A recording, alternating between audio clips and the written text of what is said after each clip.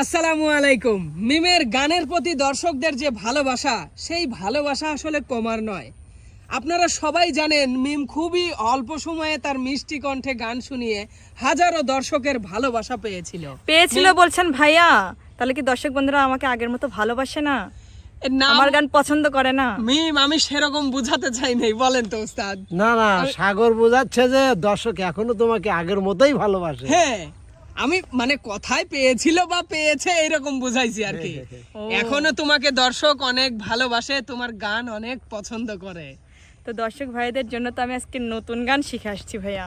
নতুন গান? হ্যাঁ, বাবা। আর আমি গানটা অবশ্যই মন থেকে বলবো আমার দর্শক ভাইদের জন্য।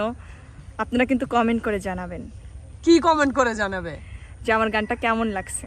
আচ্ছা ঠিক আছে, তাইলে আর দেরি না করে গান ধরো, আমরা সবাই গান শুনি, না কি বলেন উস্তাদ, কি বলেন? অবশ্যই নেন, শুরু করি। অবশ্যই। কত যে কথা ছিল, কত যে ছিল গান, কত যে বেদনা না বলা অভিমান,